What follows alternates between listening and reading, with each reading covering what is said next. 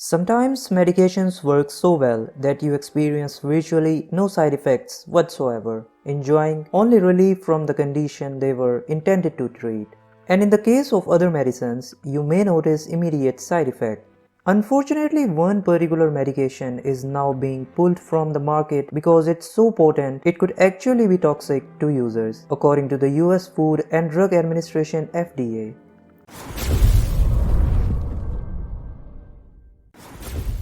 On December 7, the FDA announced that Teligent Pharma was voluntarily recalling 2 lots of 50 ml screw cap glass bottles containing lidocaine HCI topical solution USP 4%.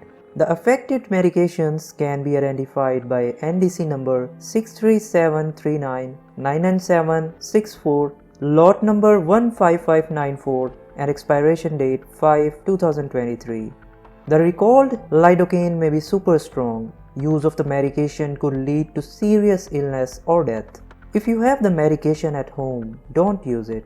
If you have used the affected lidocaine and believe you have had a reaction, contact a healthcare professional immediately. That's it in this video. I hope this video is useful for you. Please consider subscribe if you like this video. I will see you in the next one. Till then, take care.